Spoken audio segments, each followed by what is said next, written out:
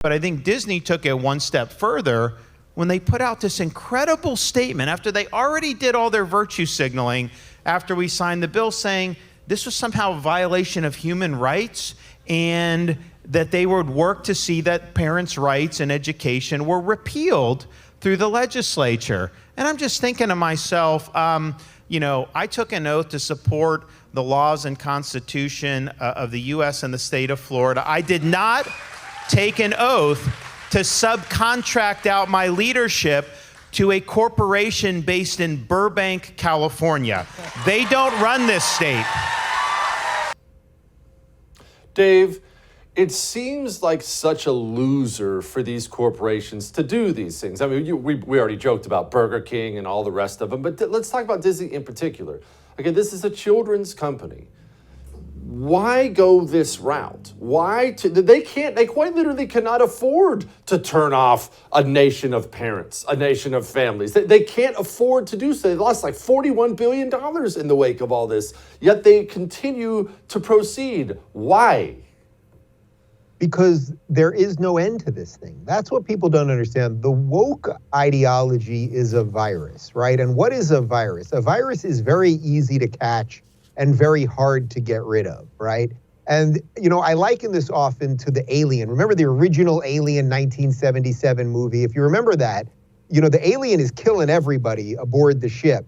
And the doctor, he loves the alien, right? Because even though he doesn't like what it's doing, he doesn't like watching all these people get killed, he admires that it does what it does mercilessly and unrelentingly and without morals. And that's what this woke thing is doing. The people that are injecting this into all of Disney and all of Disneyland, as you guys are showing those images, this place that is supposed to be wholesome and family friendly and for kids and have nothing to do with sexuality or gender identity or any of those things, which all of us can discuss and have our own feelings about as adults, but it should have nothing to do with children.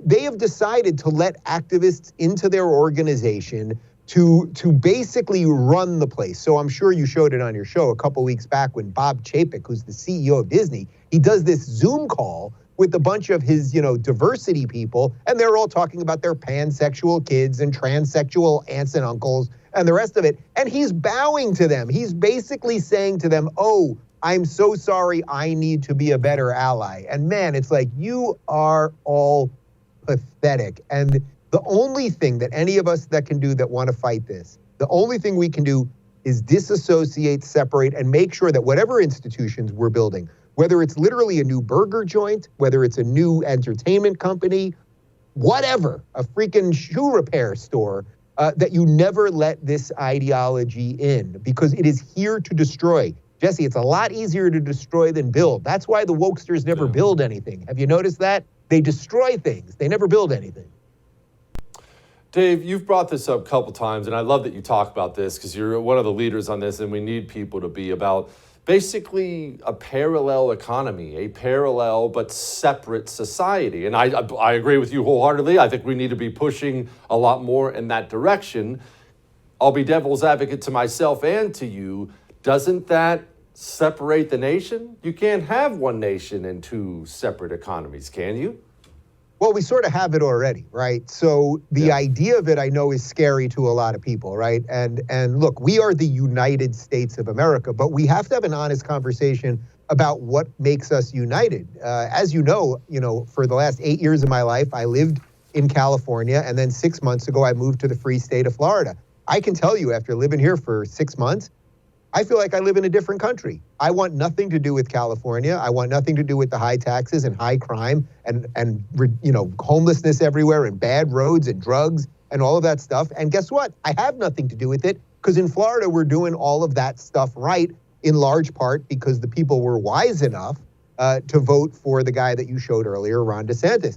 So there's a discussion that has to be had there because whether we would like it or not, the disconnect has already begun. Jesse, no one watching this show wants anything to do with Kathy Hochul, who is governing New York like a tyrant. They want nothing to do with Gavin Newsom, who is governing California like a tyrant and ramming those places into the ground. So what we have to figure out is, it sounds kind of gruff and rough, like, we want to just disconnect from these people. Like, it sounds kind of mean.